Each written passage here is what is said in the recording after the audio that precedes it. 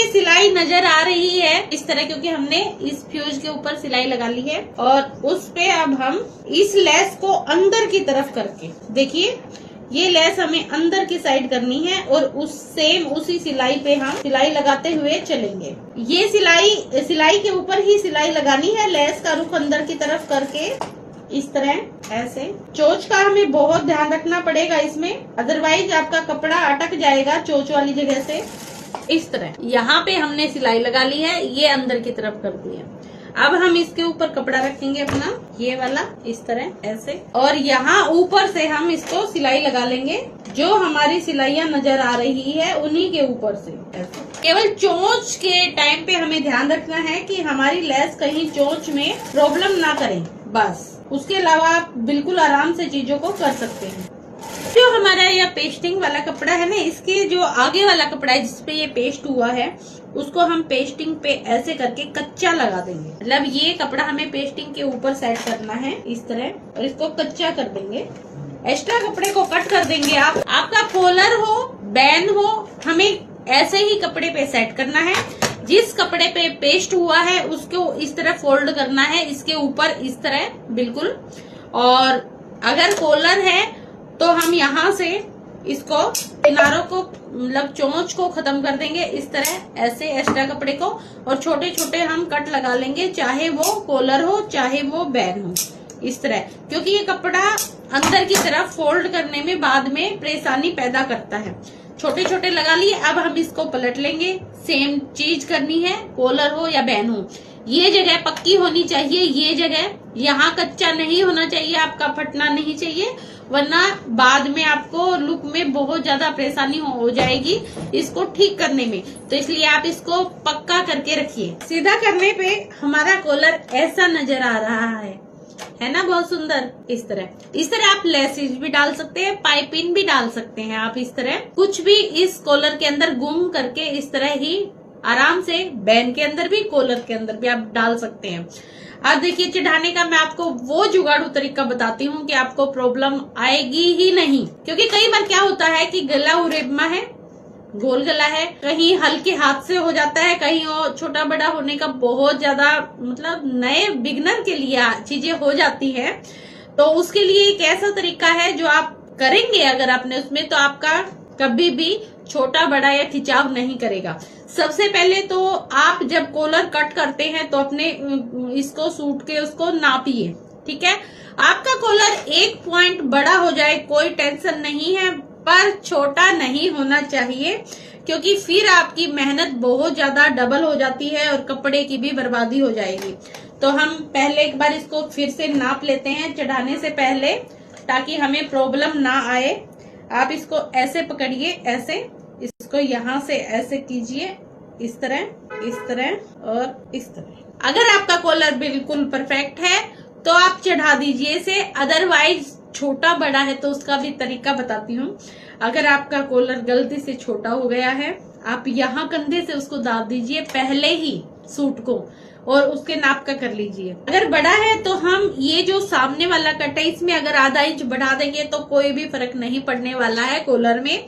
तो आप ये जुगाड़ कर सकते हैं अपने कॉलर की अकॉर्डिंग, पर अगर आप नाप के कट करेंगे तो आपका इक्वल ही आएगा, ठीक है। तो चलिए अब चढ़ाते हैं। चढ़ाने से पहले इसको बीच में, सेंटर में हम कट लगा लेंगे इस तरह करके। ये कट हमारे बैक गले के सेंटर पे मिलना चाहिए, बस हमें यही चीज ध्यान रखनी है। तो वो कैसे, वो भी मैं आपको बताती हूँ। इस तरह कट लगा लिया। इसी प्रकार हम बैक गले में भी एक कट लगा लेंगे बीचों बीच सेंटर में, ऐसे ऐसे। और चलिए अब इसको चढ़ाते हैं इस तरह। अब देखिए हम उठाते हैं अपने इस वाले हिस्से को। अब आपको मैं एक बात बताती हूँ, गौर से सुनिए। अगर बैन है तो वो सीधी तरफ चढ़ेगा, ठीक है, और कॉलर है तो वो उल्टी तरफ चढ़ेगा। अब इससे तो आपको समझ में नहीं आया मैं क्या कह रही हूँ, तो सुनिए। ये जो हमारा हिस्सा है ये वाला, क्योंकि कॉलर क्या है कि पलटी खा के आगे की तरफ नजर आता है, तो उसमें जब हम उसको खड़ा करते हैं ऐसे, तो जो अंदर ये वाला हिस्सा है जो हमारे सीधे जुड़ा हुआ है वो उल्टा हिस्सा होता है, क्योंकि उसके ऊपर सीधा हिस्सा अंदर से पलटी खा के आएगा। यानी कि ये फ्यूज वाला हिस्सा हमारे अंदर की साइड उल्टी साइड रहेगा। और बैन कैसे होता है, ऐसे के ऐसे खड़ा, ठीक है। यानी कि बैन में बाहर की साइड बुकरम फ्यूज वाला हिस्सा, अंदर की साइड उसमें उल्टे वाला हिस्सा होता है। तो चलिए देखिए, जैसे हम पकड़ते हैं अपना सीधी साइड वाला, जैसा कि मैंने आपको बताया है कि सीधी साइड कॉलर में उल्टा हिस्सा कौन सा है, ये हमारा जो ये कपड़ा है जिसमें फ्यूज नहीं है वो वाला। यानी कि हम सीधे जो हिस्सा है हमारे सूट का अंदर की साइड, उसमें हम इस वाले हिस्से को पकड़ेंगे ऐसे और यहाँ से ज्वाइंट करना शुरू कर देंगे, ठीक है। एक बार ज्वाइंट कर लो, उसके बाद आपको बैन वाला बताऊंगी तो आपको समझ में आ जाएगा। तो चलिए चलते हैं, हम इसको ज्वाइंट कर लेते हैं। हम इसको ज्वाइंट करते हुए अपने बैक पीस के कट और अपने कॉलर के कट तक ले आएंगे और यही कि यही इसको छोड़ देंगे। देखिए ये ट्रिक है जो मैं आपको बता रही हूँ। मैं इसको आगे तक भी लेके जा सकती थी, पर मैंने आपको बताने के लिए ये चीजें की है। यहाँ तक आ गया, हमारा कट बिल्कुल इक्वल है क्योंकि हमने सब कुछ नाप के किया है। अब हम क्या करेंगे, इसको दूसरे वाली साइड से पकड़ेंगे, इस हिस्से को और इस हिस्से को, और अब हम इसको यहाँ से चढ़ाना शुरू कर देंगे अंदर की साइड। इस तरह देखिए, हमने जब ये दोनों साइड इक्वल करके यहाँ पे मिला लिया, इसका फायदा क्या था, अगर हम यहाँ से रेगुलरली चलाते तो हो सकता है एक पैर जो है कॉलर बढ़ सकता था या एक पैर कपड़ा भी बढ़ सकता था, जो यहाँ पे चोच के टाइम थोड़ा सा आगे पीछे होते ही नजर आने लग जाता है, ठीक है। उसके लिए ये जुगाड़ सबसे दी बेस्ट है। आप दोनों हिस्सों को किनारे से शुरू कीजिए और पीछे की तरफ ले आइए। अगर पीछे फिर भी 1% के लिए अगर हल्का फुल्का कुछ है तो वो कॉलर में नीचे की साइड दब जाएगा और खत्म हो जाएगा और आपको प्रॉब्लम नहीं आएगी। चलिए हो गया ये। अब हम इसको अंदर की तरफ करके ऐसे और इसको यहाँ से सिलाई लगाना शुरू कर देंगे, ठीक है, यहाँ से।